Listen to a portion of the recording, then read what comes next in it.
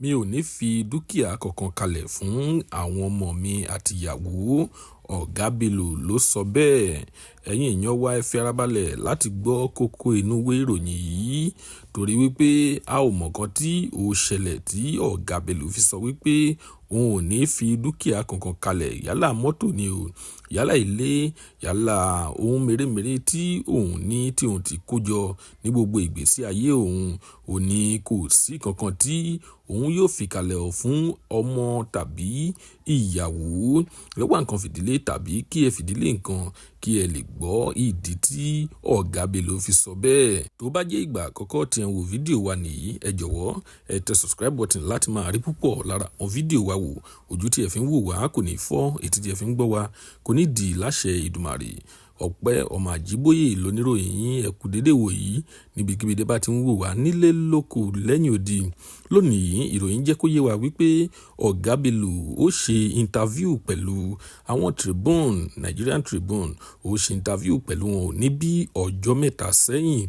Arákùnrin yìí ó sọ nínú interview náà wípé ó ní òun ò fẹ́ fi dúkìá kankan kalẹ̀ fún ọmọ òun tàbí ìyàwó. Inú interview yìí ni arákùnrin yìí ti sọ bẹ́ẹ̀ o.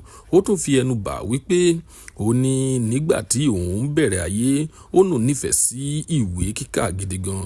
Ó ní ṣùgbọ́n òun ò rí support láti ọwọ́ àwọn òbí òun nítorí wípé wọn ò capable tó.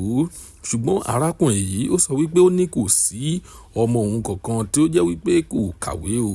Ó ní gbogbo wọn ni wọ́n kàwé tóun dẹ̀ ti fix wọn sí ibì kan tàbí èkejì. Ó ní nǹkan tí òun ní fún wọn láti ṣe nìyẹn. Ó ní ṣùgbọ́n kí ọmọ òun kankan kí ó má sì gbọ́kànlé ogún òun o. Ó nítorí wípé ó ní kò sí nǹkan kan tí òun fi kalẹ̀ fún àwọn ọmọ tàbí ìyàwó. Arákùnrin yìí ó tún fi pẹ̀lú rẹ̀ wípé ó ní ilé tí òun kọ́ ó ní méjì péré ni. Ó ní ìkan wà ní ìlú Èkó, ó dẹ̀ ní pé ìkan wà ní fíléèjì òun. Ó ní méjì yìí ó ní ó ti tó òun o. Kí ẹ lè mọ̀ wípé kò sí nǹkan kan tí òun fẹ́ fi kalẹ̀ fún àwọn ọmọ tàbí ìyàwó. Ó ní owó tí àwọn ọmọ bá nínú àkáǹtì òun lẹ́yìn ìgbà tóun bá kú tán ó ní kí wọ́n pín. Ó ní lẹ́yìn ìgbà tí wọ́n bá ti pín owó náà tán ó ní kò tún sí nǹkan kan tí wọ́n tún nẹ́tọ̀ sí o. Ẹ̀yin èèyàn wa ẹ fi ara balẹ̀ kí ẹ máa bá wa lọ lórí ètò yìí. A sì mẹ́yẹ bọ̀ lápò ni a máa tú pẹpẹ lénìí. Ẹ ṣáà fi ara balẹ̀. Púpọ̀ lára yín ò dẹ̀ mọ̀ wípé Ọ̀gá Bello ìyàwó méjì ni Ọ̀gá Bello ní o. Ìyàwó méjì ni Ọ̀gá Bello ní. Ó dẹ̀ bí ọmọ tó ń lọ bíi 18. Tí ẹ bá fẹ́ mọ̀ àwọn ọmọ 18 ni Ọ̀gá Bello ní o tó jẹ́ ọmọ bíbí inú rẹ̀. Ẹ ti mọ̀ wípé arákùnrin yìí ó bímọ gan àti wípé arákùnrin yìí nǹkan tèmi ṣàrò ní wípé kò fẹ́ ìjà lẹ́ẹ̀rin àwọn ọmọ òun tí òun bá kú tán torí wípé láti pín ogún láti pín eléyìí ìjà yóò bẹ́ kalẹ̀ lẹ́ẹ̀rin gbogbo wọn.